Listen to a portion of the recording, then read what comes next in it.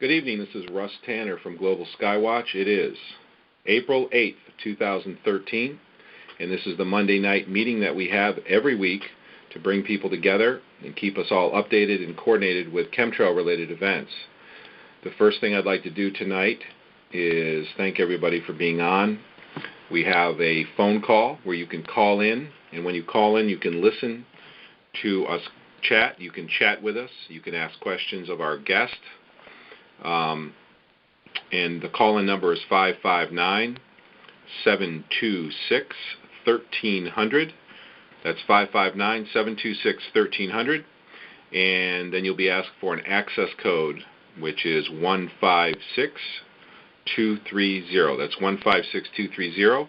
We have this meeting every Monday night at 8:30 Eastern Time, 5:30 Pacific Time, and 12:30 a.m. London time. So anyone who wants to join us is welcome to join us. You can also join us on our live stream where you can actually chat with us with a text chat room, or you can watch our live stream flash video at globalskywatch.com/live. Our format is we usually first cover agenda items and information that we want to get out, and then we often have a guest, and we have a guest with us tonight, and we'll be speaking with our guest and learning some important things about protests and organization and things that are going to help us be more effective. So I want to go ahead and get through the agenda very quickly so we can get down to talking to our guests. The purpose of this phone call, this streaming live program, is to introduce people to chemtrails and geoengineering. So if you have people who don't know about this, who have questions, who want to know more, who want evidence, or just want to speak to other people who have woken up to this, then please invite them to globalskywatch.com/live any Monday night at 8:30 Eastern, and let them join in. Call the phone number I gave earlier. The phone numbers are all on the page, the web page that I gave, globalskywatch.com/live. We also use this conference or this meeting to coordinate special projects, and we have several special projects in the works right now. We develop new projects. We continue educating people about geoengineering, and we talk, network, and just give each other support. The way that we communicate, there's two primary presence that we have on the web. You can join our Global Skywatch website.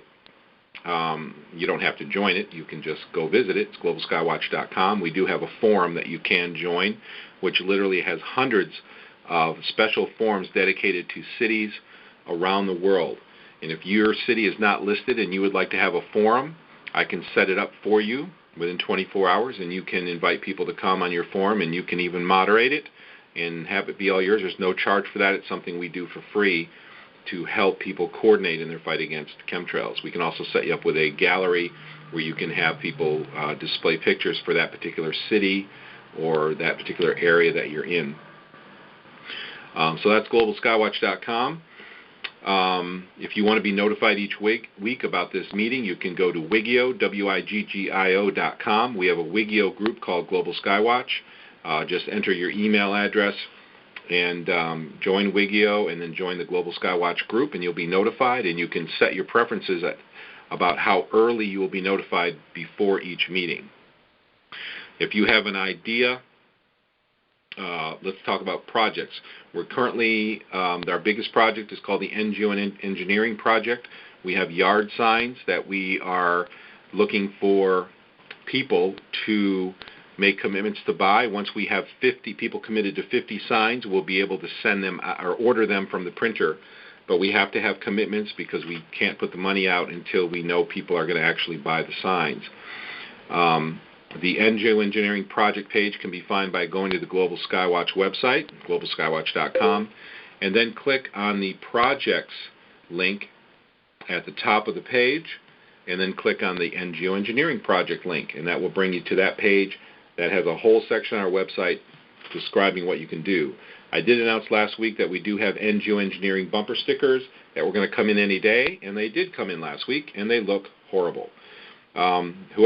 We laid them out on their online designer, and whoever I don't know where the ball got dropped, but the colors are mismatched and the fonts and everything are all changed from what we laid out. So we contacted them, and they're going to rerun them for us for free. So I'm glad the printer is working with us to get this right, because we want all of these promotional items to look perfect, so that we can help bring people to the ngeoengineering.com website using the bumper stickers, using the yard signs, so we can introduce new people. In fact, that's what the Geoengineering project is all about, is introducing new people to chemtrails and geoengineering. And that website is very simple to navigate. It's very clean. It's very basic. It is going to grow somewhat from its current size, but it's going to not grow too big. It's going to remain relatively small, very easily navigatable, and then it's going to have links. In fact, it already does have links to other chemtrail geoengineering groups where people can go then off and learn more. So please help us promote the Geoengineering website by putting a sign in your front yard, or consider getting a bumper sticker, which will be available as soon as we have our printing issues worked out. If you have a project you'd like to propose, please contact me. You can just go to globalskywatch.com and click Contact Us. Send me an email at admin@globalskywatch.com. Admin is ADMIN. We have a number of upcoming events. If you look at the home page of the Global Skywatch website, you'll see a calendar that's been inserted into the top left sidebar. This calendar is live, and you can add your, by joining our forum, you can actually add your events to the calendar. If you want to know how to add events to the calendar, you can click in the upper right, go to the very top of the Global Skywatch website, and click Help and Instructions. And the Help and Instructions link has a video that shows you how to add your item to the Global Skywatch Geoengineering Chemtrails calendar. We have a lot of events coming up. In fact, if you look at the April calendar, it's amazingly busy, which is really good to see. It's never been this busy. There are a lot of geoengineering chemtrail-related events, more this month than ever before. And there are a couple coming up, notable ones I want to mention real quick.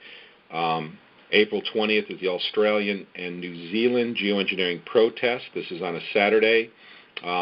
Those folks are having coordinated events in at least five cities, if not more. I think there may be several more, but last word I heard there was at least 5, and they're asking anyone who wants to make it a global event, go ahead and do it. They'd love to see it go global, have events all over the world. I also would like to mention April 24th at San Francisco City Hall. We're going to talk about this in detail in a minute.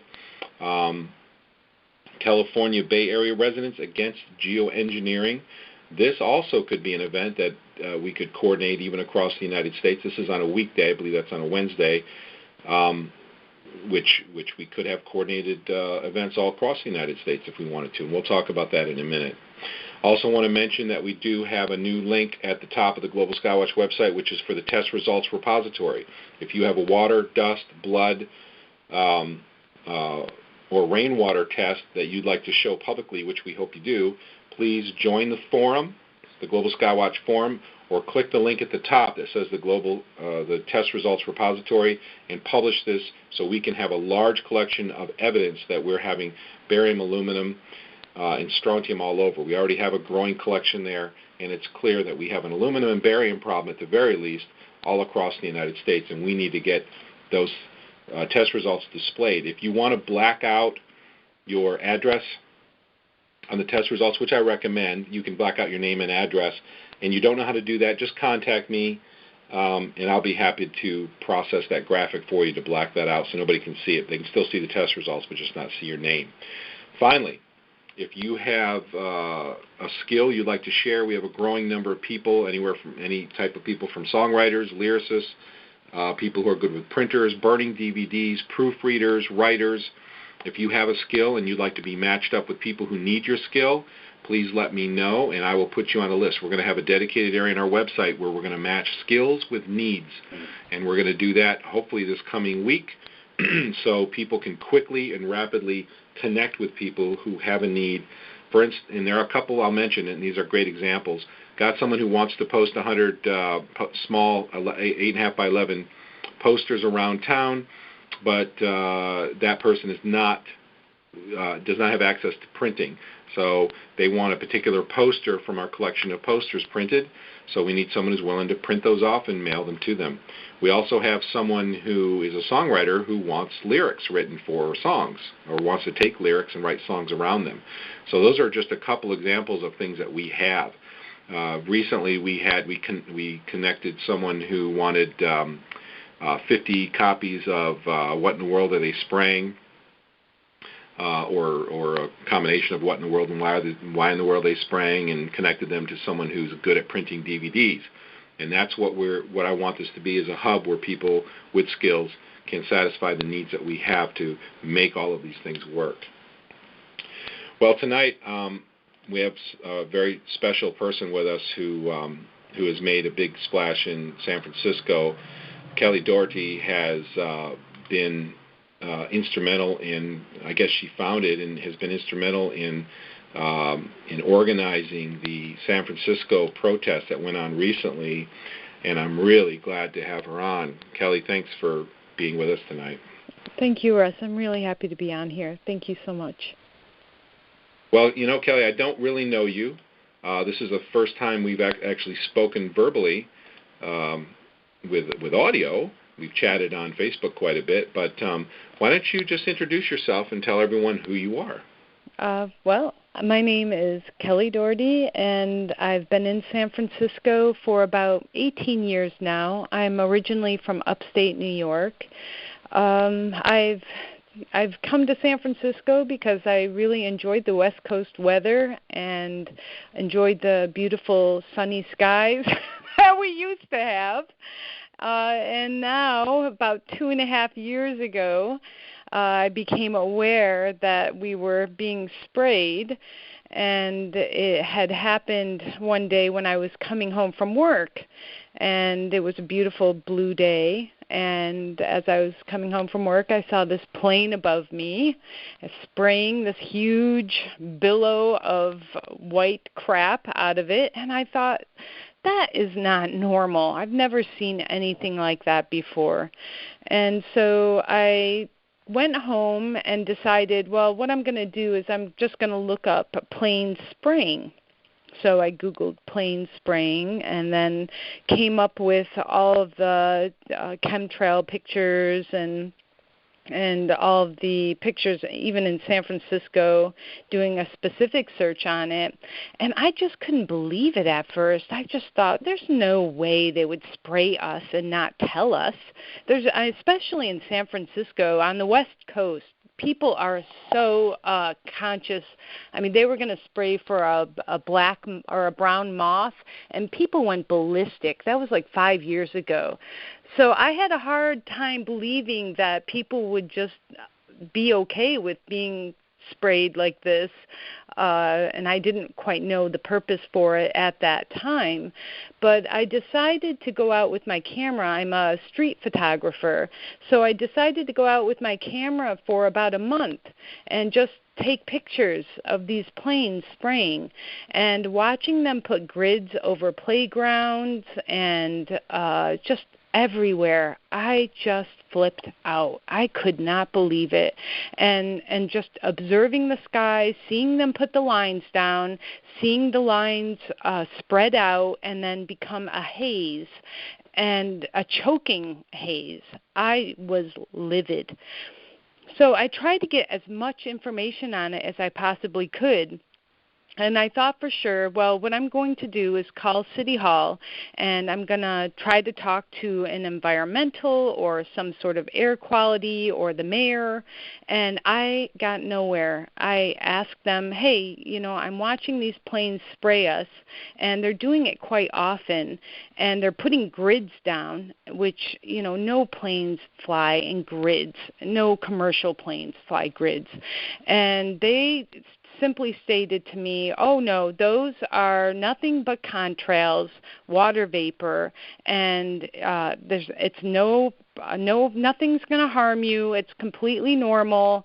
And I just I didn't believe them. Of course I didn't believe them, because I knew it was a physical impossibility for jet contrails to be completely blanketing our sky and going from horizon to horizon, and also just creating a milky white haze. I mean, if that were the case, then when we have cold air and we're breathing out our breath from our mouths, you don't see that creating any sort of white haze. It's just ludicrous. And not only that, but I would also see some planes leaving the trail. I have pictures. Planes leaving the trail, some planes not leaving the trail, and then some days are clear, and then some days are completely desecrated skies. So I knew that it was just complete lies. Well, good. Well, good. I'm glad, because you're making a difference. So I am really glad that you learned about this early on, and you're obviously upset about it. Now I often sound like a broken record saying this. I smell and taste them. I'm among a small percentage of people who actually have that kind of a problem with them. I smell and taste the metal, and there's different types in the air. Do you have any sensitivities like that to them, or do you have any symptoms like some people do? Well, the one thing I have noticed physically is the fact that my throat is really scratchy, and I can't drink enough water on days when they're doing very heavy spraying. My mouth and my eyes feel like dried up prunes, and also my chest, I get a dry hack. And that's, I don't usually get a dry hack on like the first heavy spray day, but if they're doing it for a week in a row, my lungs are toast, completely toast. It feels like I've been breathing in fiberglass or something. It's really terrible. Yeah, I've noticed that it's very drying, and I know barium salts are very drying. They absorb water essentially. And I've noticed just by breathing in, my mouth gets dry so quickly. And that's usually that occurs actually when they're spraying a chemtrail type I call the iron type, just because it tastes a little bit like rust. And then there's another type that I call the swamp water type, which actually causes everyone to get sick. If they do the swamp water type 2 or 3 days in a row real hard, then everybody starts coming down with cold and flu symptoms and sore throats and all kinds of stuff here. So why don't you tell us about the protest? This last protest that you had in San Francisco was apparently quite a success, and everybody was raving about it online. So what happened? How did it come about? Well, after I noticed the spraying and received no sort of concern from the officials, I had written one of the mayor, I think it was the mayor's assistant that they had pawned me off on, and after about, 50 emails with him, I said, look, if you guys aren't going to give me any answers on what is going to be what's sprayed on us and how we can protect ourselves by this, then I'm going to end up coming down to City Hall, and I'm going to bring 100 people with me, and then you're not going to ignore me. So what I did is I decided to go to Facebook and make a Facebook page and named it after the Bay Area, and worked hard in getting people to come into the group, which wasn't that easy at first. It took about 8 months before I got one person. It was really discouraging at first, but I wasn't going to give up because I was really adamant on getting enough people. I had looked on YouTube. I'd seen that a lot of people in my area were making videos and were highly upset about this, and I just begged them to come into the group. And as soon as I got a handful of people in my group, which is the Stop Spraying Us SF.com, which leads to our group, as soon as I got a handful of people in there, it just started to grow, and people became more active. This is a great group we have here, and people became more active, and people did their own things on their own, as in calling the EPA or calling their own city mayor or whomever they wanted to call the water board. And so we just pretty much talked with one another and gave support to one another, and also worked on ways, brainstormed ways on how we could proceed in trying to get some answers of why we were being sprayed and what we were being sprayed with. And then, of course, shared information so we could be more aware, like what in the world are they spraying, why in the world are they spraying, which are really good documentaries on getting a person oriented and what is going on here. And then I decided prior to, or when I was doing the group, that once I hit 200, that would be a decent number to go and protest in front of City Hall. And so once we hit about 230 people, and I have a really great group. They're very avid on protesting with me and did a lot of work. We all came together a couple weeks ago, and it turned out fabulous. It was even greater than I could have expected, I guess, because a lot of times you feel so isolated with this situation of being sprayed, and you kind of think, oh, well, not enough people know about it, or it's only my little group that knows about it, or our internet community that knows about it. But once you get out in the big wide world, it's us against the world. And I found that is absolutely not true. Going to this protest with my group and just standing there with our signs, as you can, if you've seen the video, people were beeping, people were waving at us. When I was coming down to the protest by myself to City Hall, it looks like soccer moms leaning out of their SUVs in the middle of the street, and they were thanking me with emotion, like, thank you so much for doing this, just by reading my protest sign. And it almost made me cry, because I realized that a lot of people are highly concerned. They know we are being sprayed, and maybe they do wish to voice up, but they're absolutely afraid to. And I believe the reason for this is the absolute media brainwashing campaign that's been going on primetime television and on the news, where they make anyone who is going to ask questions about this spraying that's going on to be some kind of fruitcake, which is absolutely ludicrous and immoral. I just think it's wrong. So I think people have to know, if they want to create a protest, and I don't think you need 35 people to have a protest in front of a city hall, which for me, I think that would be a good place to have a protest, because it is your government official building, and you can let them know that you don't like the spraying. But even just 6, 3, 10 people, it doesn't matter. Once you get out there, and if you have good enough signs that people can read from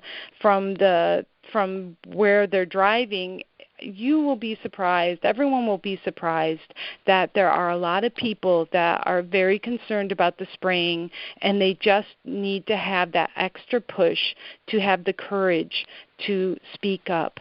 And it's really gratifying in helping people release some of the tension that has been built up, because they felt like they haven't been able to say anything. Absolutely, and it seems like it seems like I'm hearing more and more that the response, you were talking about the response you were getting from people, was very positive. I'm hearing that more and more. Yes, it was fantastic, and my whole group, who are very avid in trying to bring awareness to this program, it was really wonderful seeing their faces too. They really put out so much information on that day, and we were all just we were on cloud 9. It was so great, and people were just so considerate and curious, and they really wanted to know what was going on. And the people who maybe were not aware that they were being sprayed have actually seen the lines in the sky and wanted to know more about them. I think it's really positive, and I personally think just within the 2 years that I've been working on trying to educate people, even before the protest, what I would do is on my way to work, if it was a heavy spray day, I would talk with people on the street, shake their hands, ask them if they knew this was going on. And when I first started doing that, not many people knew what I was talking about, and some people kind of gave me the scrutinizing eye. But now, this year especially, I am noticing that people know that something is going on. And when I do stop someone and put out a friendly hand and say, hey, do you know about this spraying that's happening in the city? It's called geoengineering. People are like, yes, I do know about it, or yes, I have heard about it.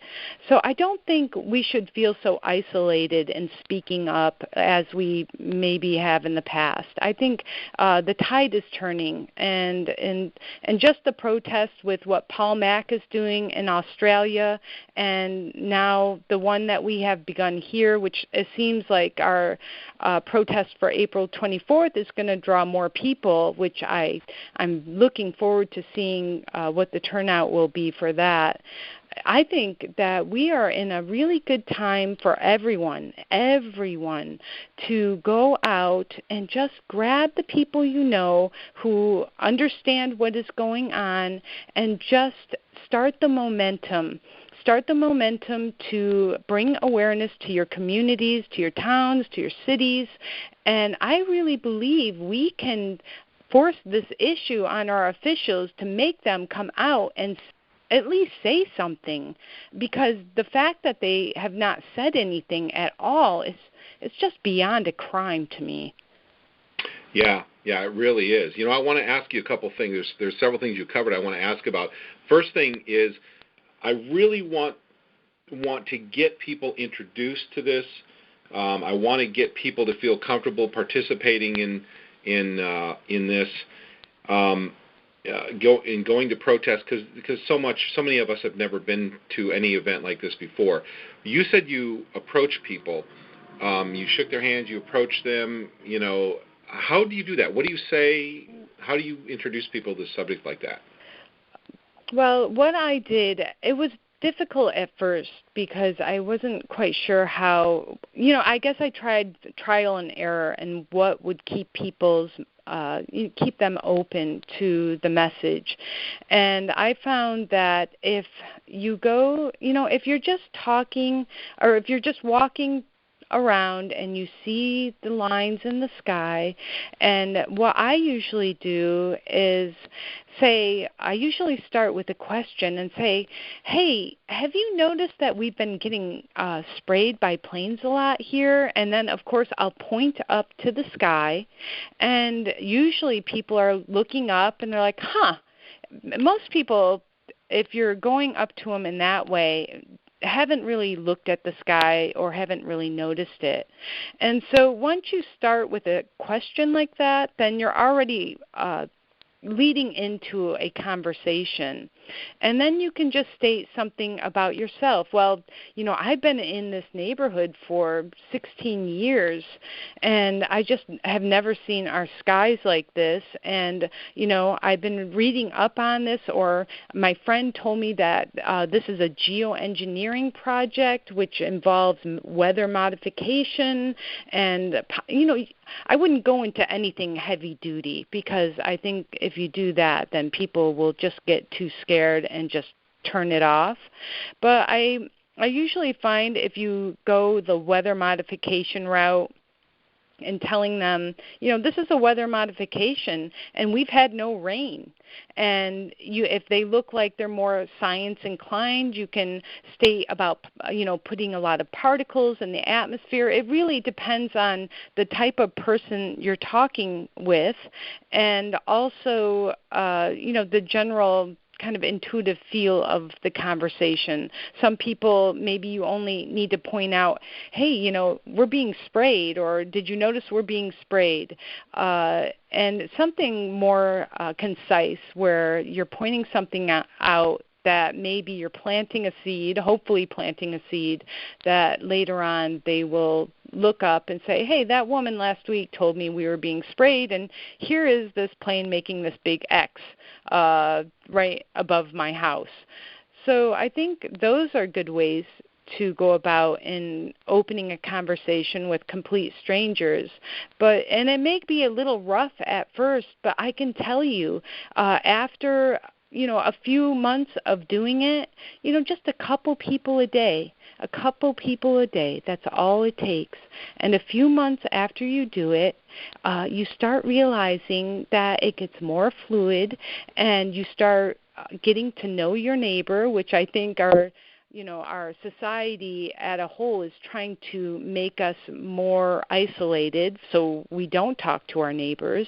So we're kind of killing two birds with one stone here and opening up dialogues with our neighbors again, befriending our neighbors, talking with our neighbors, and sharing information outside of the complete corporate-controlled media conglomeration that we have going right now.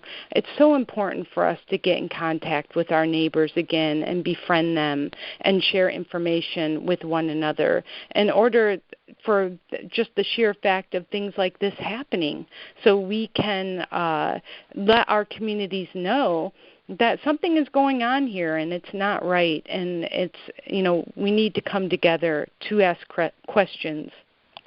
Absolutely. And if you're listening right now and you'd like to call in, you can actually listen to our conversation and participate by dialing the phone number 559-726-1300. And when you're asked for an access code, dial 156230. Give you the number one more time. It's 559-726-1300. And the access code is 156230. You can also listen live on the stream, which is not as reliable as we want it to be yet, but we're working on it. You can listen at globalskywatch.com/live, and I promise we'll be working on that. We're doing this all for free on our own spare time, so it's a big task for us. But hopefully the stream will work. And if the stream breaks up, just refresh your browser, log back in the chat room, and hopefully you'll get the stream back and be able to hear. That seems to be the way it's going, but we'll get it worked out better. So what I'd like to do right now is turn on Q&A mode. We'll chat for another few minutes and then take your questions. So here we go. If you would like to ask a question in your on the call-in console, go ahead and press *6 on your phone, and you'll be entered into the Q&A queue, and then I'll take your call in just a minute so you can ask some questions of Kelly. So I see this as Kelly is building up social pressure. When you were talking about getting to know your neighbor, and I see, like you do, mainstream media and movies make people afraid of each other, and where I see a ripe feeding ground for fear is when there's a lack of knowledge. But when you get to know your neighbor, and you're like, oh, they're normal, they're pretty cool, you get to know them, it dispels the fear and the separation that you have from each other. And they also will listen to you. You'll have more credibility when they talk. What do you think about that? Oh, Kelly, I'm so sorry. Hold on. When I went into QA mode, it muted you. Give me just a sec to get you back on. There we go. Sorry about that. No, that's fine. Yeah, so what do you think? I mean, thoughts about reconnecting with your neighbors? You brought that up. How can we do that? What are some creative ideas to do that? I think we do that we need to put down our defenses and turn off our TVs, first of all. And we need to just talk with our neighbors, especially the ones that we live around, and just open up conversations with them.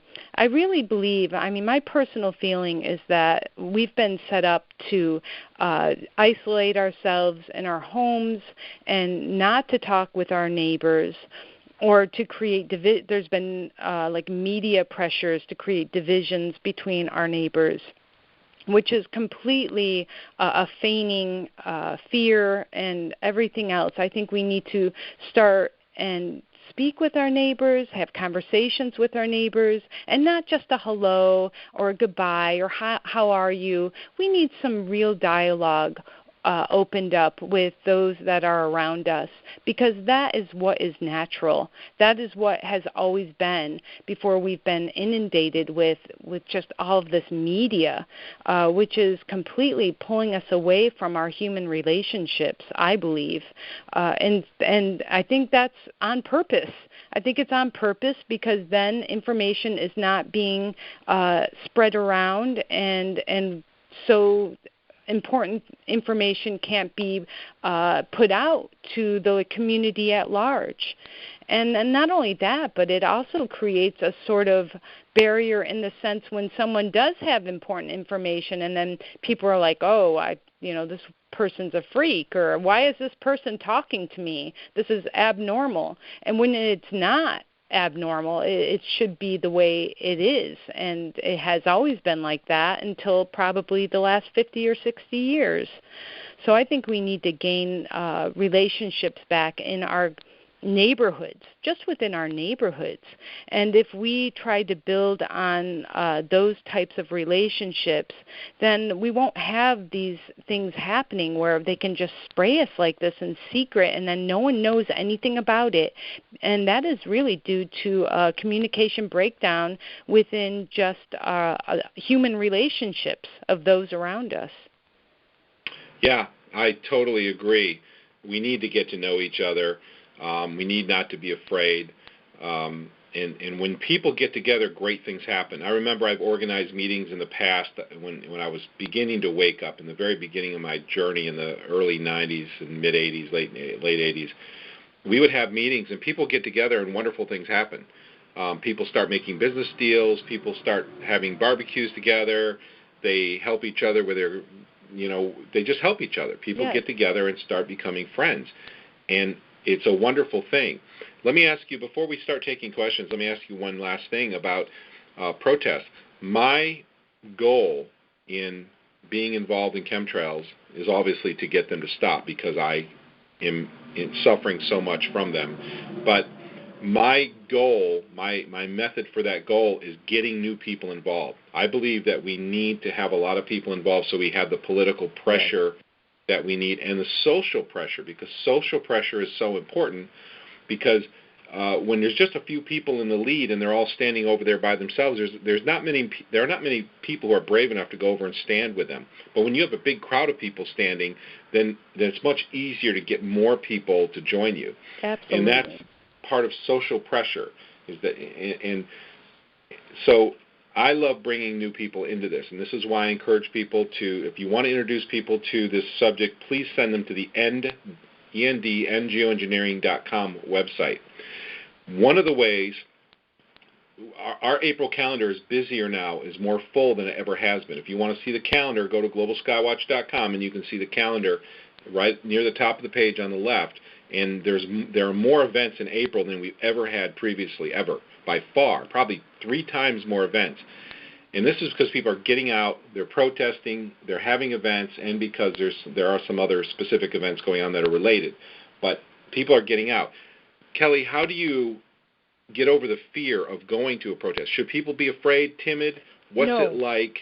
How would you encourage people to join you out there on one of these events? No, it's not. At first, I'll be honest, I was a little scared at first, and I was wearing a wig. So, okay, yes, I was a little scared, but you know what? After you realize that nothing is going to happen to you, and especially when you realize the amount of support that is out there for you, of people beeping and people saying thank you, and even if it is not the case in your town that you don't have the same amount of active support, people are still thanking you in their hearts. Trust me. I know there's a lot of people that know that we are being sprayed, and they just don't dare to say anything, and you feel so good. It's so much gratification in the most positive and altruistic way when you go out there and you're standing there and you're not behind your computer and you're not posting pictures saying, oh, we've been sprayed again today. You're actually going out there and you've made a sign. Even the process of making a protest sign the night before, getting a couple people with you, if you can do that, all painting a sign, that is so much fun. And then going out there and standing, it just feels unbelievably freeing. It just takes the bonds that have been so heavy and it breaks them, and it breaks the ice. And not only for you or me, you're breaking them for everyone that is watching you out there. You're breaking their bonds too on this. And this is why it is so important for us to get out from behind our computers and behind the pictures that we're taking and to stand up to stop this terrible program. I cannot stress that enough. And I know in my heart that if we go out there with our protest signs and we just get, whether it be on one person or two people or 30 people or 100 people, we are going to be the ones that are going to start the brush fire of this movement. And we have to do it. We have to do it together, and we have to do it now. We can't wait anymore. We have to get out from behind our computers and stand in front of our government buildings and say, stop spraying us. Otherwise, it's going to get worse, and we're going to have no end to this. So we really have no choice. And the fact that we have been given a sort of insight, whether you believe it's divine insight or a bird's eye view of what is really going on in this world right now, we've been given a special ability to go out there and give people the information they need in order to understand what is going on around them, so we can all come together and stop this. This needs to stop. It can't go on like this anymore. We need to make the effort to stop this. And the only way we're going to get those numbers that we need is by showing people that we have the courage to stand up for what we believe is right. When you first mentioned that you became aware of this, you were angry. This is kind of a silly question, but I really want to hear what your feelings are about this. Why were you angry? I was very angry because first of all, they were spraying above a playground. And I just feel like maybe it's just the sheer fact that you have defenseless children and they're being sprayed, and I don't know what they're being sprayed with. I mean, yes, they say it's aluminum and barium, but you know what? They can put anything in that spray any day. You know, it doesn't you don't know what they put in the spray. It could be one thing one day and then another thing the next day, because no one knows what the heck they're spraying on us. But that is what made me angry, first of all, because I guess I foolishly trusted my officials to tell me, if something like this were going on, that, something like this couldn't happen without us having knowledge of it, which, I mean, now I look back, it was absolutely foolish, but that's what I thought at the time. And also just the sheer fact that watching all of these people move about their day, and they have little infants and dogs and, just tons of people walking underneath this, and I see it's falling on them, because if you look across town, it's like a haze. You can't really see that well, so it's particulates falling on us. And so that's why I was just so angry, and the sheer fact that I was blatantly lied to. I mean, blatantly lied to about something that is so obvious. And to make me feel as if I'm some sort of idiot was just unbelievable. I just was so disgusted. And I for about a year, I tried to write every official you can possibly imagine, called them, write them. I even met with one political office and brought my photos, and his assistant was there, and I showed her the photos, which is plain as day grids across the entire city, and she's just looking at them, and she's like, oh, yeah, that's really strange. That's not normal. We'll get back to you.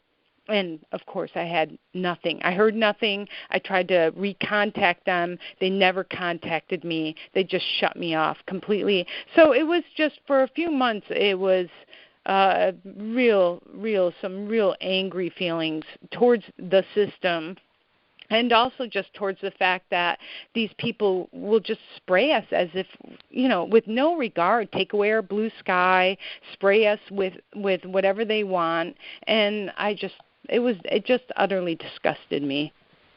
Yeah, I can totally relate, and being someone who actually suffers from inflammation from this. I have constant pain, joint pain, muscle pain, headaches, difficulty focusing. I'm in constant pain for 7 years now because of this. Government is our servant. Government is our contractor that is supposed to do things for the benefit of the people. And then people are supposed to take responsibility for their lives, but the government has certain basic functions that it's supposed to perform, and they're supposed to be basic functions, although today they've expanded into a huge, just a huge monstrosity. Yeah. But nevertheless, they're supposed to do everything that's for the benefit of the people. I'm getting so many reports of dying trees, people who are sick, dying animals, contaminated soil, contaminated water sources, trees are falling over, bending, the high alumina is being found in the bark. Insect counts are way, way down. And insects are important. You've got to have insects because they're part of the food supply. They're part of the food chain. So this destruction is profound. In fact, I personally believe this is the largest issue we've ever faced in history. And some people who don't smell it and taste it or don't have the inflammation immediately, like me or a bunch of people that I am friends with online, may not be so alerted to it right away because it just doesn't seem quite as big of a deal because you can't smell it and taste it. Right. But when you understand what the implications are and what's happening to the environment and to the food supply, this is huge. Yeah. If you have a question for Kelly and you're in the the call system, please press *6 on your phone. Why don't we get to some questions, Kelly, and see what people want to ask of you. All right. Hello, caller. Welcome, and what would you like to ask Kelly? Hi, Russ and Kelly. This is Dawn. How are you? Hi. Hi. Good to hear from you. Oh, sorry, my throat was clogged. Well, I just wanted to thank Kelly for doing this with you. I think that the protest went amazing, like she said. There was so much great feedback, and I can't wait for the next one. I can't either. I look forward to it, too. I think it's going to be even more powerful. I really think so. We have such a great group of people. I'm very honored to stand with them. Well, we're honored to know you as well, and I have the funniest story because you have such a soft voice that the day of the protest, you did not want bullhorns. You wanted it to be really peaceful. Kelly out there. This is going. for blocks, And literally for 2 days, her voice was ringing in my ears. Stop spraying us. And I would just get the biggest smile because it was really powerful. But I was getting out a lot of aggression there. Well, it was great. I mean, it really was. But and I showed my kids the video, and they were so grateful because I told them that you have to question everything, and they were so grateful that you were out there, for their future, because that's what I told them. You're out there for their future and our future and the planet, and Anyway, I wanted to say that anybody who has children and they're going to school, I think that you really need to start talking to parents at the schools and just hand them little flyers. We've gotten so much feedback from our kids' school, and people have thanked us for awakening them to it. And, we'll see people out in front of the school starting to point them out, and I think all the seeds that we have planted over the last couple of years really starting to pay off. Yes. And I would love to see our group start hitting all the Bay Area City Council meetings and, just really educating our government, because I think part of them that are not aware of it. There's a lot of them that are, but there's a lot of them that aren't. And I don't know how they can't be. They drive down the street, your peripheral vision sees this stuff in the sky. I mean, how can you miss it? Yeah. But, if we can go and, we have so many counties and so many cities just in our area that I think that we could just really come together. And the other thing I like that Kelly wants to do is team up with Proposition 37. And, I think get them on the ballot. We're going to the polls next year. I think Proposition 37 talked so many people about GMOs. It didn't pass, but so many people look up to them. And well, maybe, I think if we tied, I think people, it seems from what I understand, or the people I've spoken with, is the people who know about the geoengineering, chemtrails, they understand the full realm of what's going on. And as far as whom I've spoken with, like, for example, the aluminum that's falling out of the chemtrails, and then the GMO, the Monsanto's aluminum-resistant seed. But when you go over to the people who are protesting against Monsanto, many of them don't know we're being sprayed with chemtrails or geoengineering that has aluminum in it, which is falling on all of our food and water, and even our not just our conventional food, but our organic food. So I don't even know how organic our food is anymore with this aluminum falling on it. But I just think somehow we have to educate the people against Monsanto and against GMOs that, hey, look, you can't just go to organic food and somehow think you're going to starve this Monsanto monster out, because they look like to be the ones to be funding this, and they're spraying aluminum all over our farms. So I just think if there was some way that the people of the anti-GMO movement could somehow understand that there are ties between the geoengineering and the aluminum falling on our food, and then Monsanto making an aluminum-resistant seed, at least it would put two groups together that could be a tour de force into stopping all of this. Absolutely. I agree. And we were heavily involved in the Proposition 37, and I had to pull out of it because I just told them, look, I'm looking at this chemtrail thing. This is where I need to direct my energy, and I feel like I'm going to get off focus here because people don't have to eat GMOs. I think people should educate themselves to it, and if I can help that along the way, great. But I have a choice whether I can eat GMOs or grow my own food or whatever. I don't have a choice over an airplane in the sky spraying metal particulates on me. So to me, the chemtrail issue is a lot bigger than Proposition 37. And I got to be honest, they were like, okay, well, good luck to you, and we don't really want to hear about chemtrails right now. Because I tried to even, approach it with them, and they were like, no, we're focusing on this. But now that that's all over, maybe, they have a different outlook. Who knows? Yeah.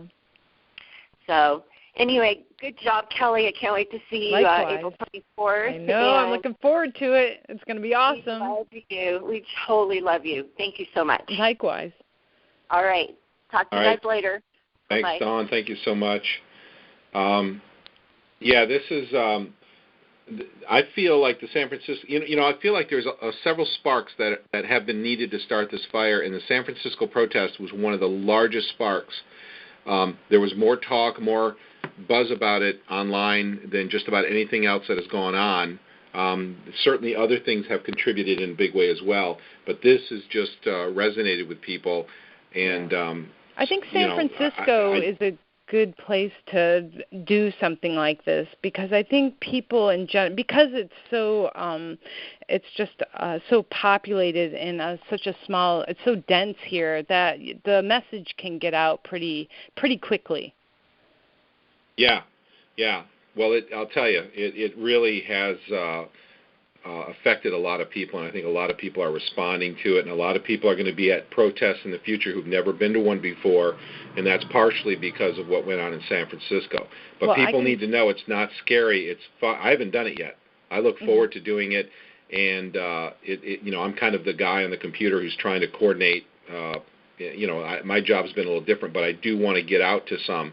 And I'm really looking forward to it, because I think it's going to be fun and a great opportunity to meet people. So, well, I have to say, Russ, I've never done a protest before either. So it's not, when you have a group of people and you're very passionate about wanting something to stop the chemtrail, to stop the spraying, it's just a huge release. It's a mental and physical huge release. And even though it's been over a week since the last protest, I cannot begin to tell you it's just helped me mentally and physically so much by releasing that tension of not just taking pictures and being behind a computer. I mean, you can't. It's been a huge weight off my back since this protest. Yeah, I've heard that from everybody who's gone to it, because it's empowering. You are now exerting your power, because you have power. You have the power to make a difference, to educate people, to wake people up and put an end to this. People just simply have to get together and start exerting that power. Yes. I've got a couple questions from the chat room. Okay. And if anyone else calling in has a question, just press *6 on your phone, and you'll be entered into the question and answer queue. The question from the chat room I have is, Kelly, how were you able to contact enough people to congregate? Letters, messages, announcements in local papers? Okay, so what I did is when I first started my Facebook group, I realized that there were a lot of YouTube videos, and so what I did was I punched in San Francisco chemtrails in YouTube or San Francisco geoengineering on YouTube, and then I found the people who were recording this atrocity in my area, and even went beyond the city. I would go to places like Oakland or just within the Bay Area, and I would write them a message saying, hey, I'm trying to get a group together here on Facebook so we can have enough numbers in order to protest. And that's what I did. I went on Flickr and I did a search for San Francisco chemtrail pictures, Bay Area chemtrail geoengineering pictures.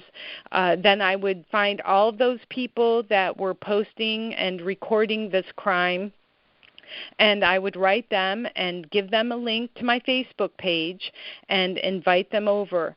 Sometimes I had to go back to those same people and say, please, we're not going to stop this unless we come together.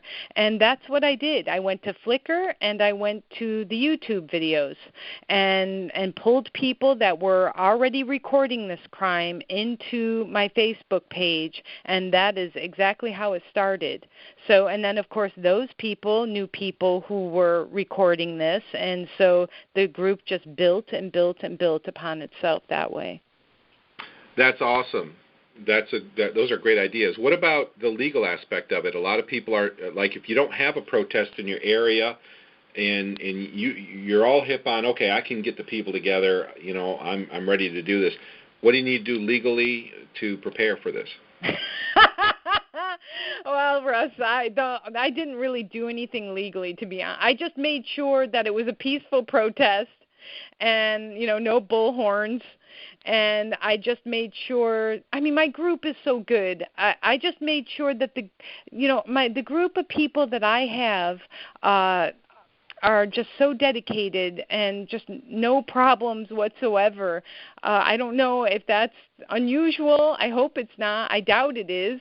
But we just went and we stood on the sidewalk. You know, that you're doing this in a peaceful manner. You just want to bring awareness, and you just want your questions asked, and you want to make sure that our officials cannot get away with doing nothing or saying nothing, and which is exactly what they're going to do if we don't get people together and stand in front of their workplaces and show them that we want our questions answered. At the very least, and we want it to stop, really, but at the very least, they can at least acknowledge that it is going on.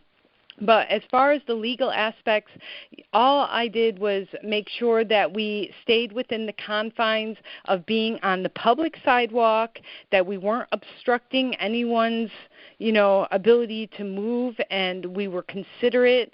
And, I didn't really go through I didn't really ask if I could do it or anything. I mean, I figured that the Constitution should, allow me to gather in a peaceful protest. So that's really what I went upon.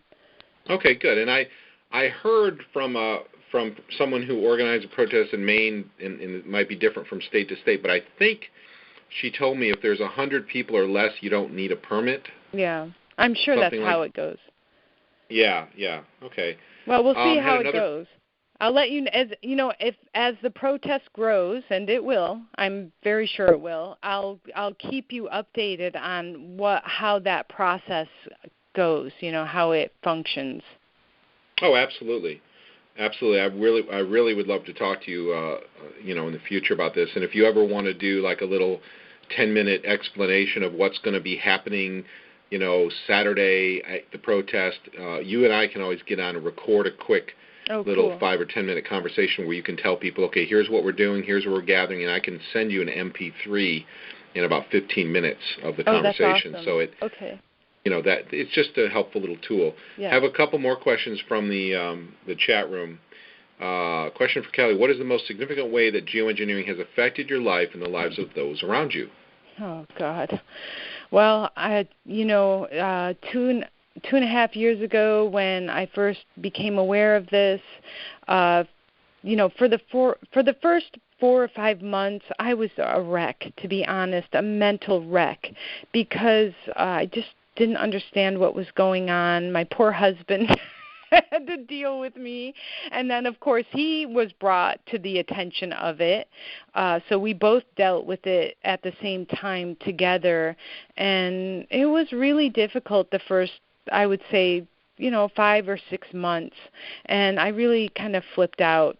And I just flipped out. I was telling everyone, hey, look, we're being sprayed. Are we being poisoned? What's going on?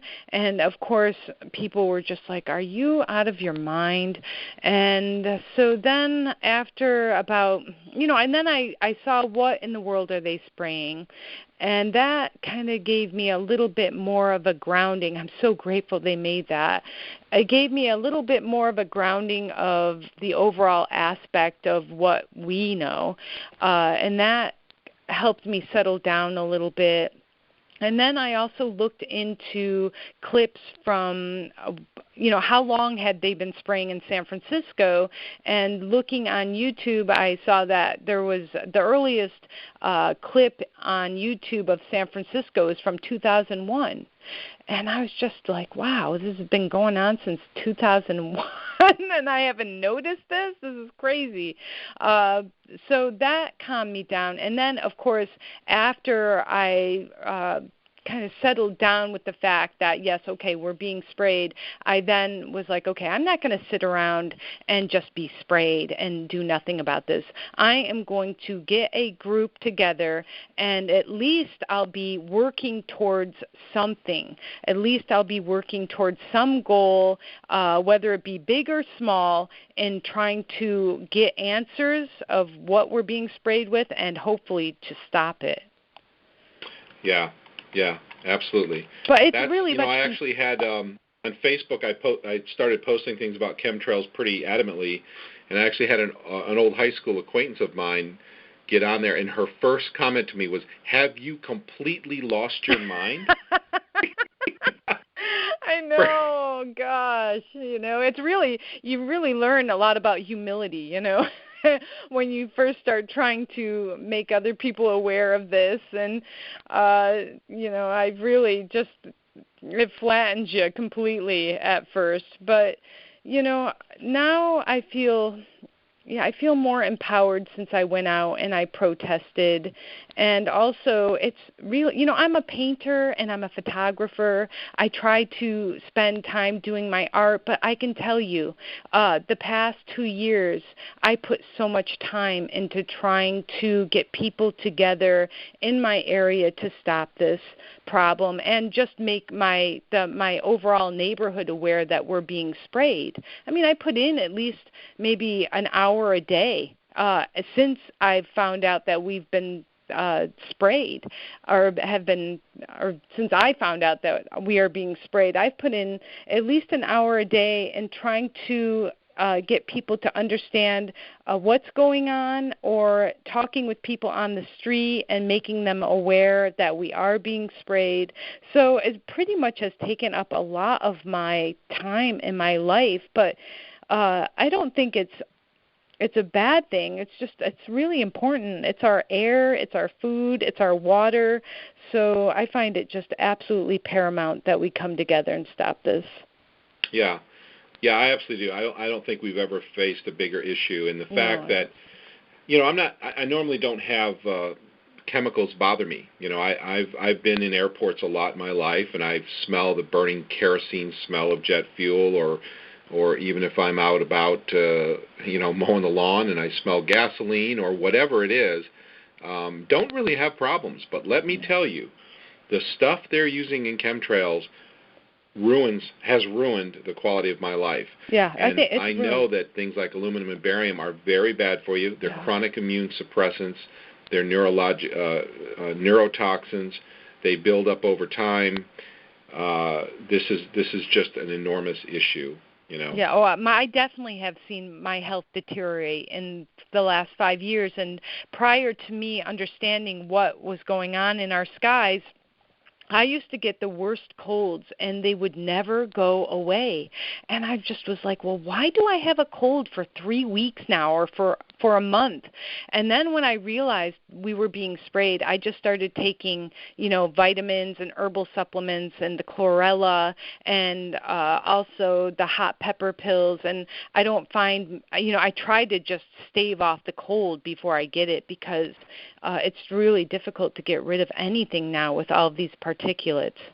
Yeah, and as someone, it's so true, and I've heard that from everybody, and as someone who can smell and taste chemtrails, I will tell you that everything that I have is from chemtrails.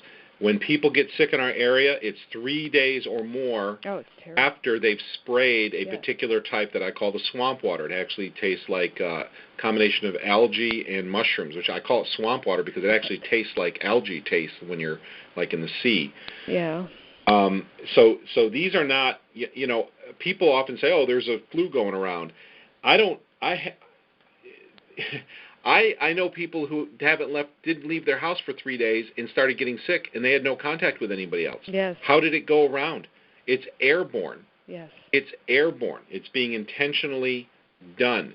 And being someone who can smell and taste it, I know that every morning when I wake up with a sore throat, it's on a night when they were spraying a particular type of chemtrail. And I tried to stay in the house when they're spraying so heavily. I just closed all the windows and tried to stay in the house. And in fact, about 2 or 3 weeks ago, they were spraying pretty heavily. There was like 6 jets in the air in San Francisco, and they were spraying. And then I noticed they had these weird, I don't know if they do this in your area, but I always notice these one-engine planes that are flying around in circles around our city when they are spraying. And sometimes if I see these planes out in the air before I actually see the chemtrails, I know that chemtrails are coming in from the ocean because these one-engine planes are out doing loops. And so this day, about 3 weeks ago, we had the jets flying over, and just it was unbelievable. We had like a chemical rainbow around the sun, and I had a photo shoot that day, so I had to leave my house, and I was in this crap, and I actually, when I got to my studio, I went up on the roof just to get a bird's eye view of the city, and I wish I hadn't done that because the next day I had flu-like symptoms. I was sick for 3 days in a row, and I just am never going to do that again. Yeah, as someone who can smell and taste chemtrails, I do find that decent houses or buildings do offer some protection. The air inside is typically better. I live in a drafty old house that was built in the early 1800s, and it offers no protection. The air inside is the same as the air outside within about 10 minutes. Some houses it takes 20 to 45 minutes before the air inside matches the air outside. But since the air outside goes up and down in plumes, the intensity will rise very quickly. Within 1 to 2 minutes, it'll go to full intensity, and then it'll take about an hour to an hour and a half to become to kind of blow away and become mild again. And so it's like a sawtooth wave if you graphed intensity over time. It rises very sharply, and then it declines over a period of time. So if you're inside, it can kind of offer you some protection from that. At least that's what I've found. I'll tell you what, time has really flown. I'm so glad that you've come on and talked to us, and I know that we will do this again. You have an upcoming event. Is there? Yeah. I'm going to have this interview live online in just a few hours, and I'll post on our Facebook group, which is called Chemtrails Global Skywatch, for anyone who's listening and wants to go there. I'll post a link to it. What do you want to tell the people in preparation and about your upcoming event? Well, first of all, if there's anyone listening who is in the Bay Area or even just on the West Coast and they wish to join us on April 24th at 11 a.m. in front of San Francisco City Hall, we will welcome you with open arms. And you can get more information if you want to join our group, which is if you hit stop or you punch in stop spraying us -sf.com, and that will lead you right to our Facebook group, and you can join us. We're happy to have anyone who wishes to join us. I mean, if you're not in the West Coast, please join us anyhow. If you just want to see how we're going about and organizing our events and trying to encourage one another to come together for the protests, you can please join our group. We'd love to have you.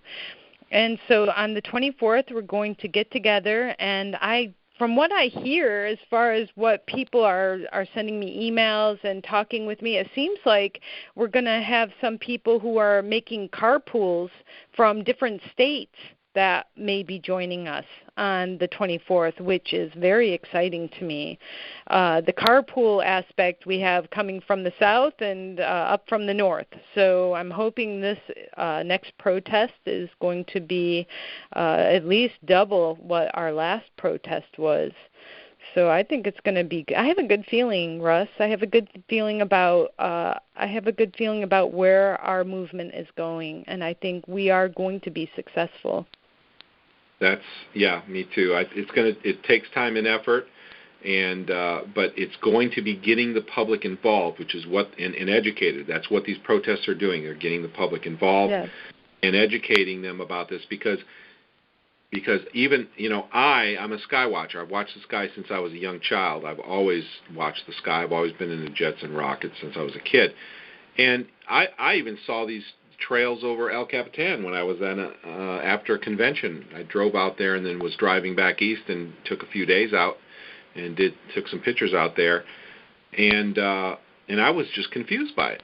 In fact, I've got my pictures posted on my Facebook group, my Facebook account of El Capitan, and you have all these trails in the sky, and I was confused. I was like, where are those? What's going on out here? Because I know that trails don't come out of jets. I've watched the sky all my life. I've never seen a trail come out of a jet engine. Never, ever. Yes. Flown around the United States, driven around the United States, collected pictures of jets and rockets since I was a kid. Never seen a trail come out of a jet, ever. Never.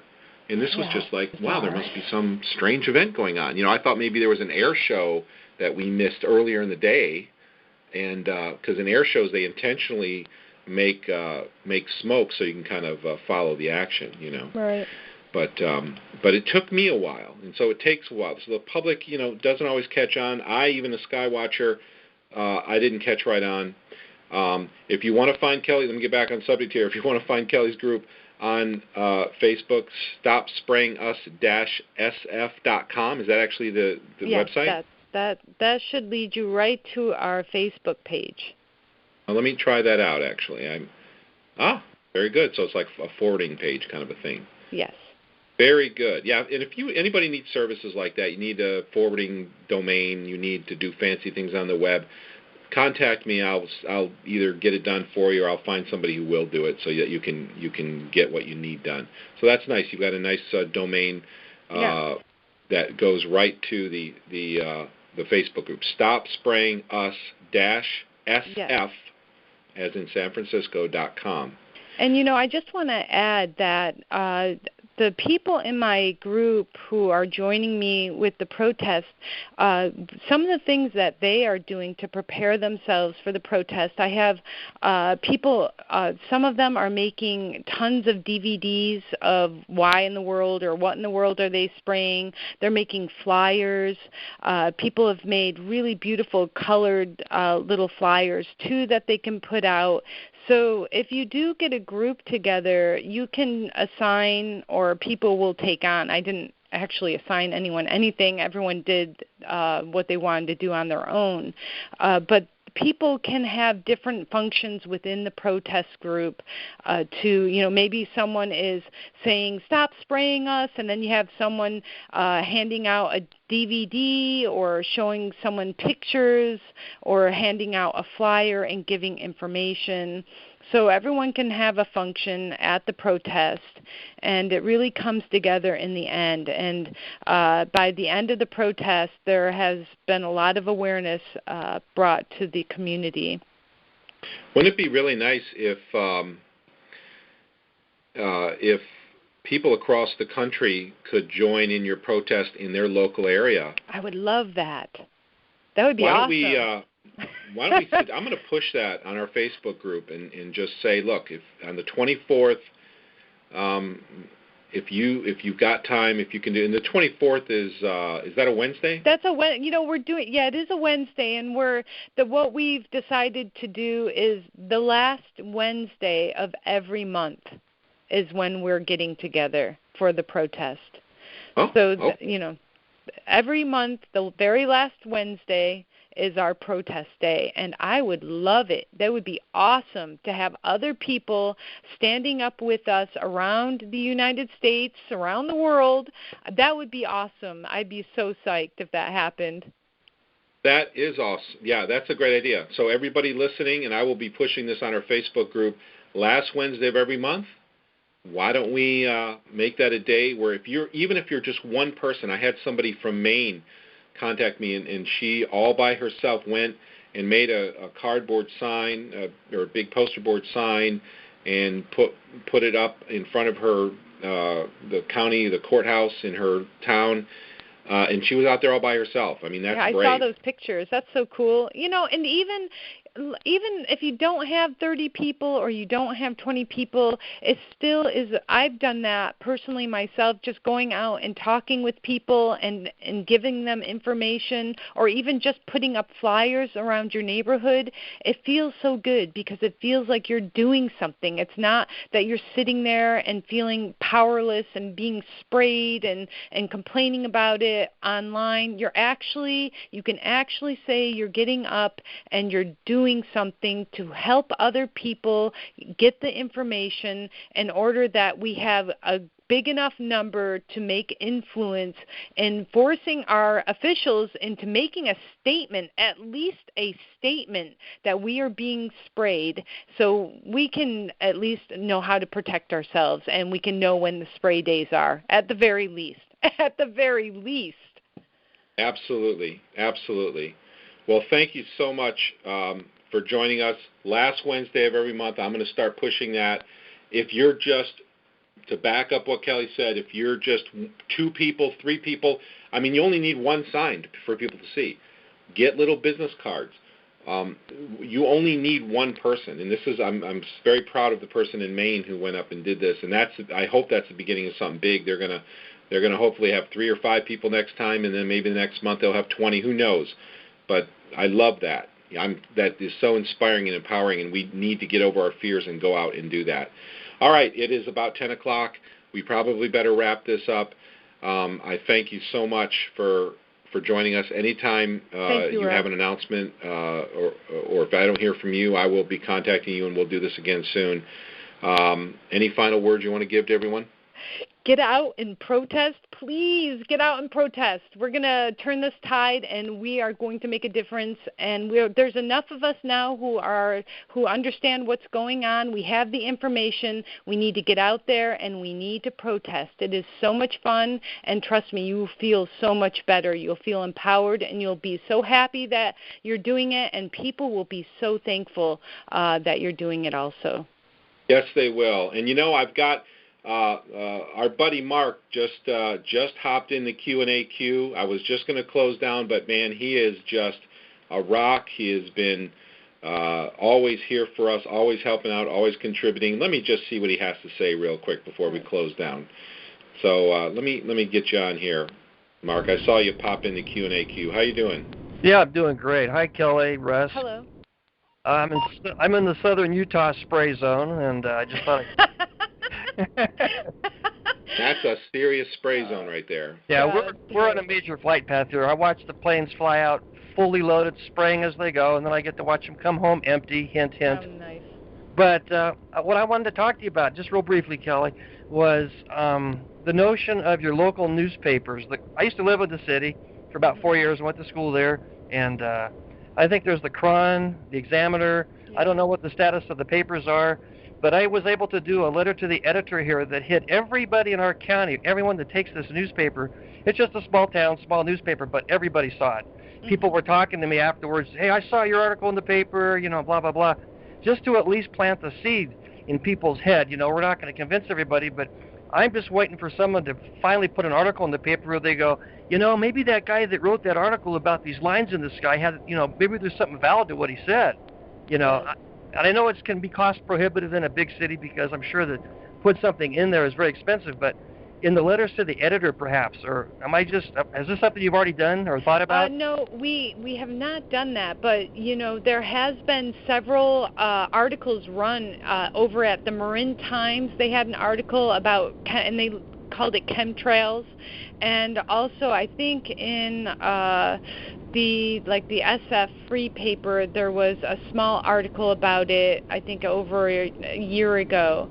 So there has been some articles on it, but what I find, it's a good idea. I haven't done it personally myself, but I have read those articles that came out on it, and it's interesting. They kind of give the information of what the person is saying or stating, and then they kind of shoot it down by the end of the article. But maybe that would change now. That was a while ago. So maybe the editor would be a little bit more open. They always tend to give kind of a little bit of a negative twist to it by the end of the article. But okay, well, here they just let us put our own article in with no commentary on their behalf. So I was able to just tell them that my wife called Edwards Air Force Base. They didn't want to talk to us. One guy finally got in my wife's face and said, oh, you're talking about chemtrails. And so I just tried to tell this gentle story to not freak people out too bad. Right. But by the end of the article, I had Russ's web address in there, Dane's web address, just in case somebody wanted to follow up on this. And right. It worked. A good idea. Just a thought. Okay, thank you. Yeah, I can talk to my group about it. Maybe we can get a few of us to write some letters to our newspapers. And there you go. And Mark, if people want to hear Mark's account of calling Edwards Air Force Base, we have it recorded. Mark and I had a conversation. I recorded it and put it on the globalskywatch.com website. Just click in the main menu under Community, click on Personal Chemtrails Stories, and in the list of stories you'll see Mark from Utah calls Edwards Air Force Base. So listen to that. All right. Just one last thing, Kelly, is that Patrick Roddle that did the filming that I saw on YouTube. Yes. I'll tell you what, I don't know if he's an official member of your group or unofficial, but his his video. He rocks. Hey, it brought it brought tears to my eyes. I'm serious. I got emotional watching you guys do that. When I heard what got me was hearing the cars honk. Yeah. Oh, you have no. Trust me. I had tears in my eyes too. I mean, I had a big, lump in my throat standing out there and hearing all those cars honk. I really wasn't sure exactly what the community response would be. And as soon as we were up and had our signs up, I can't begin to tell you how many cars were honking. And I thought, wow, that is amazing. I had no idea that this many people were aware, because it just seems, you don't realize how many, you're in your own groups. You think you're just within a community of people who know what's going on. But no, a lot of people know that we're being sprayed. And it's so obvious now that I think people, where maybe they were given the explanation that, oh, this is just a contrail, they realize it is not normal to have a big X in your sky, or to have a huge grid in your sky, or to have like these bizarre vertical falling, the clouds kind of drip sometimes. They have a drip look, and it doesn't look normal, and people are realizing that it is not normal. Have you, any of the members, yourself or any members of the group, done a rain sample after a heavy spray day and gotten the results? Yes, I believe there's a few members in my group that have tested for the rain, and I think if you go on our page, I think they have it posted on our page, but they did find aluminum and barium in them. Okay, because I was thinking when I have conversations with people that kind of have a puzzled look on their face, or they know about them, but it's like, well, it doesn't seem to be affecting me. Well, I can show them the result. I have a PDF file from a national laboratory, and I thought when you guys do hand out literature, that perhaps that some of that information could be in there, just, gently put, not super scientific, that we do, in fact, have barium. And by the way, here are the effects of barium or aluminum on the human body. Yes.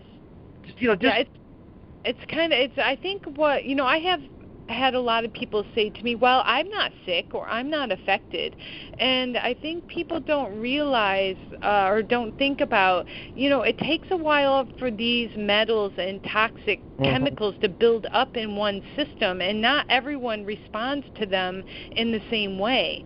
So someone may be affected right away, and then someone may not be affected until 10 years from now, when their body has been completely overloaded and can no longer function properly in order to get rid of the toxins. So people, and then just of course the sheer fact of like Alzheimer's disease, which comes on later, and you just don't know how it's going to affect you over a long time span. And I say maybe it's done on purpose like this, because then people can't say, oh, well, there's a spray day and I'm just ultimately really sick. Instead, it's just a few select people that are sick, and then over time it's a greater number that are sick, but then there's no connection into where that's coming from. Right. Yeah, one thing I would also add is that it is scientifically known that your lifespan will be significantly shortened when you breathe more particles in the air. Yeah, the Not EPA only states that. What's that? The EPA states that themselves on their for their their recommendations, stating that breathing in particulates are absolutely reduce life. So. That's right. They reduce your lifespan, and what else reduces your lifespan? Now, everybody needs to hear this. The smaller the particle, the more effect it has in reducing your lifespan. And these particles that we're talking with are in large, not all of them, but in large, they're nanoparticles, which are extremely small. They pass through your lung tissue, go right in your blood, and start accumulating in your body. You can even have aluminum, nanoparticle aluminum can accumulate in your capillaries and cause strokes or aneurysms.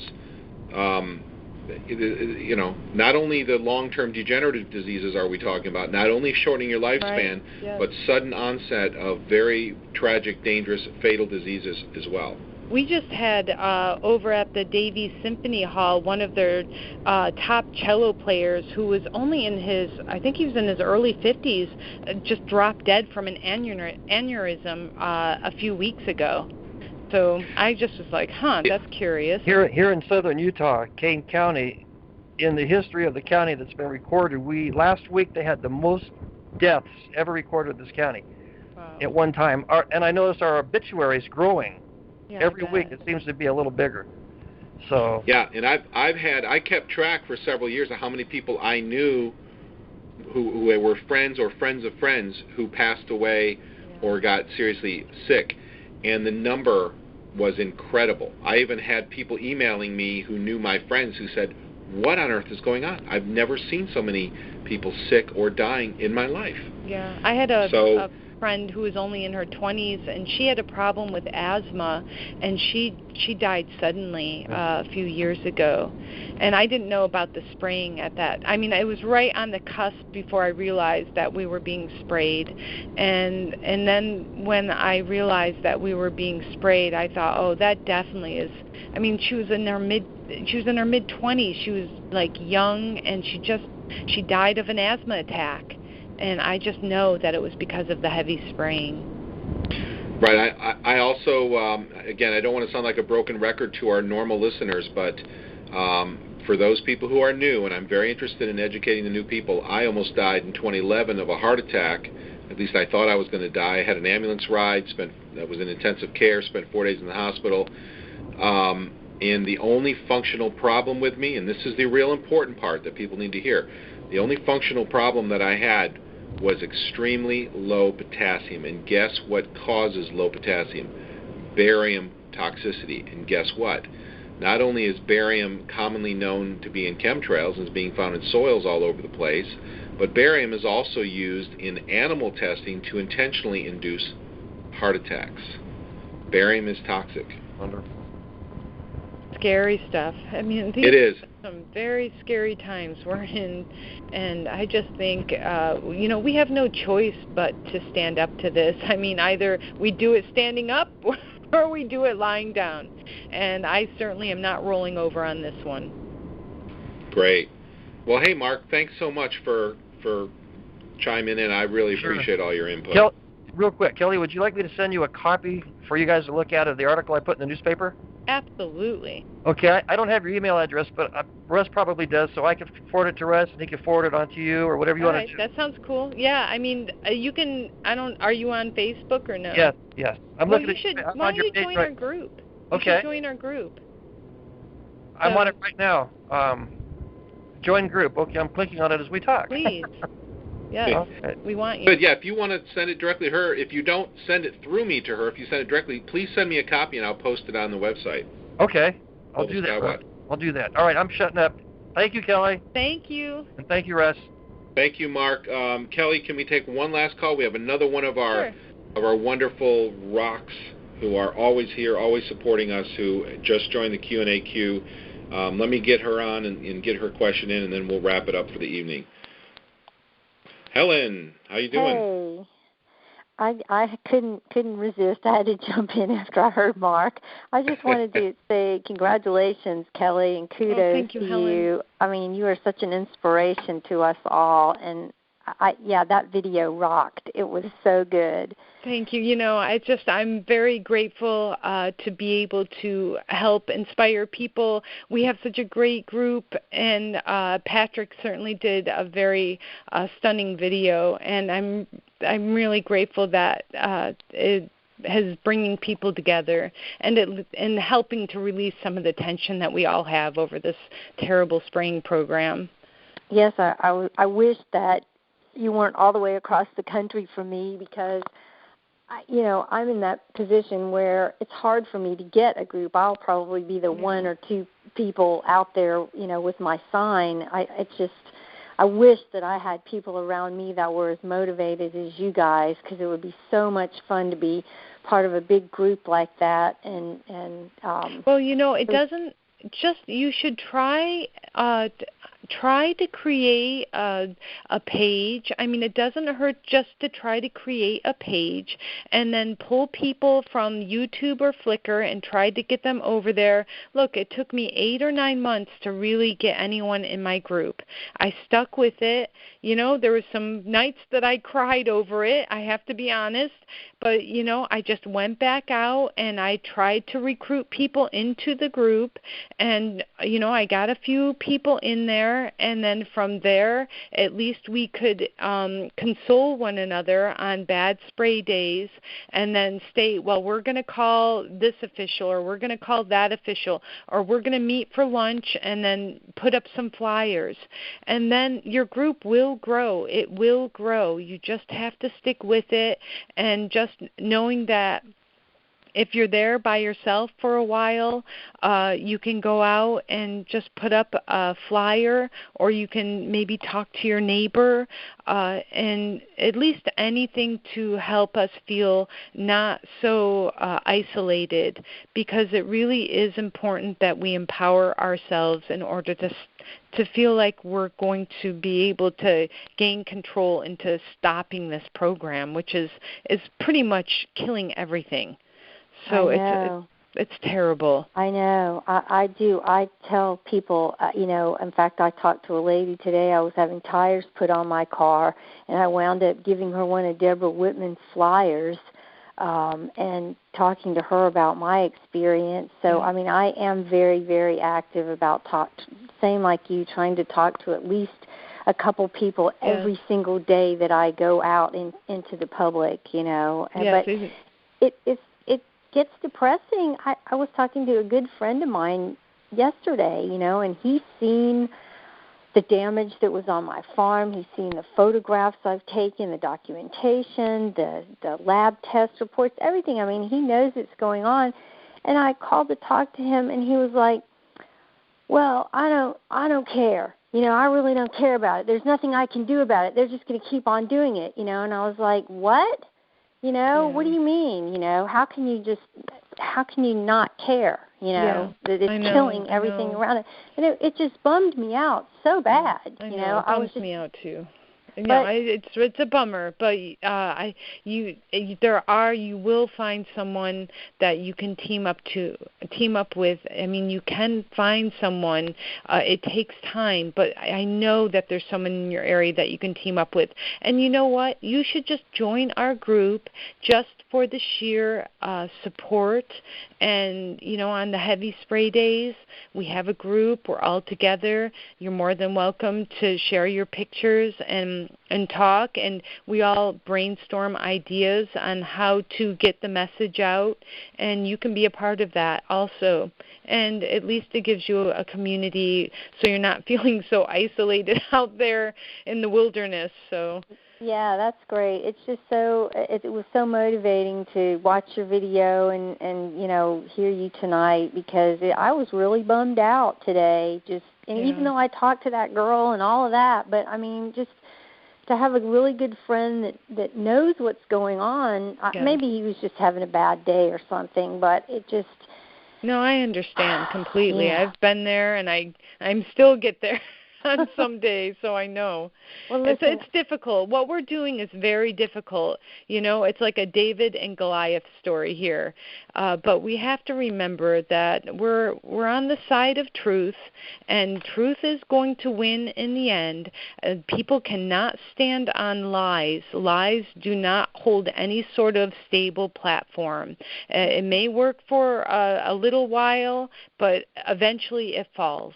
And the people who are left standing are the people who have the truth, and those people are going to be the shining examples for a better future, period. Well, thank you so much for your words. You are just amazing, and I don't do much on Facebook, which is, I know it's a drawback, but I'm not all that good on the computer, but, you know, maybe I can get your email through Russ or something, and definitely. At least email back and forth on those days that I feel discouraged. But you're awesome, and you just keep it going. And like on the 24th, if I'm the only one out there with my geoengineering sign, I'm going. We're connected by our hearts, so you bet. you're not alone. All around the world. Well, That's listen, right. thanks so much for taking my call, and I'm sure we'll be hearing from you much again. Well, not only that, Helen, but I think I want to have you on next week to tell your story, so you can get that out. Remember, we talked about doing that before. That's right. So okay. I'll be in touch with you about that, and we'll see if we can get that lined up. Okay, Russ. Thank you. It was nice talking with you, Helen. You too, Kelly. God bless. You too. Bye-bye. All right. Well, this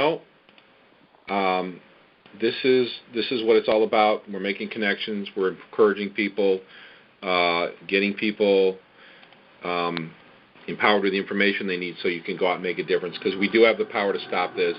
There's no question in my mind. But we have to have enough people involved in it. So really, I tell people it's completely up to you. If you want it to stop, great. That's fantastic. You can do it. You just have to go out and make it stop. And you have to let the public know. Get enough people involved so we have the political strength and clout. Somebody in the chat room said, Kelly, you rock, from Noah. Yeah, I think this whole group rocks. Russ rocks, and the Global Skywatch rocks, and my group rocks. I'm just psyched. I mean, I didn't even know all of this community existed until just not even a month ago. So people have no idea how grateful I am for everyone here. I really am absolutely grateful because even, it's all of us together, and we're going to support one another, and we're going to get through this, and we're going to help other people understand what's going on, and the truth is going to win, plain and simple. That's right. Absolutely. And one interesting thing happened to me that I would love to share real quick with this program that we're doing is that I had Dane Wigington on, and this was a couple months ago, 6-8 weeks ago, something like that. And Dane is a real figurehead in this whole movement. Yes. He's on talk shows all the time. In fact, he's doing a presentation tonight. I made a video for him to show while they're doing a question and answer session, and I sent that over to him this morning. And so he's a real figurehead in this, and he was to be on, and he got sidetracked I was kind of trying to get him on the show, and he wasn't calling in, and I was like, oh, bummer, this whole thing's going to fall apart. And at the last minute, I was thinking, okay, well, I guess we lost our guest, and we had he forgot, or we had a miscommunication or something, and felt like giving up, but I just kept pushing and waiting, saying, please hold on, everybody, please hold on. Finally, somebody called him. He got on. We had an incredible interview. Somebody, John, Massaria, who I interviewed a few weeks ago. Oh, he's awesome. I love him. Yeah, he made that. Yes, he is. Made a video out of that interview, which I thought wasn't even going to happen. I mean, it was just. But I kept pushing. You never judge the situation until you don't know what's going to happen. That interview that was on the edge of never happening ended up going viral. Got 89,000 hits before it was removed from YouTube. Then it's been reposted by other people now. Probably has at least another 20, 30, maybe 50,000 hits. So it's probably been seen by somewhere like 125,000, maybe to 150,000 people by now. Awesome. And it was an event that I was sitting there for half an hour waiting to see if it was just never going to happen. And that is what I found in life, is that you never judge a situation because you have no idea what's going to come out of it. So if you feel powerless, if you feel like you don't want to go to a protest, you feel like there's nothing you can do, or your little contribution, your flyer is not going to make a difference, your presence at the protest is not going to make a difference, you have no idea the difference you're going to make. Absolutely. You have no idea. Don't be afraid. Do it. Kelly, I'll give you the last word, and then we'll call it a night. Please go out and protest. Please talk to your neighbors. Get to know your neighbors. Like Russ said, you can make a difference. This tide is turning. As you can see, people are interested in what is happening. And this is the time we all need to make the push. And that one push could just turn this whole situation in our favor to get the spraying to stop. Last Wednesday of every month. Last Wednesday of every month. And if you can be there with us, we want you there. We want as many people as possible, because that is what is going to get us noticed and get our voice heard. That's right, and also create the social pressure to get other people involved. Absolutely. The people who know about this and are angry about it feel powerless, but when they see you out there, they are empowered. It's fun, and it's fun. I can't begin to tell you how many great people I've met, because the people who actually, these people who care enough about this situation that's happening have the best hearts, and they are just top people. So if you're going to go out there and protest and meet other people who are willing to go out there and protest, you are going to meet the cream of the crop of humans in this world, and you're going to be grateful that you went out and met these people. That's right. Kelly-Daugherty from Doherty, I want to say it right. Yeah, it's fine. From StopSprayingUs-SF.com. Please visit their Facebook group by going to that domain name, StopSprayingUs-SF.com.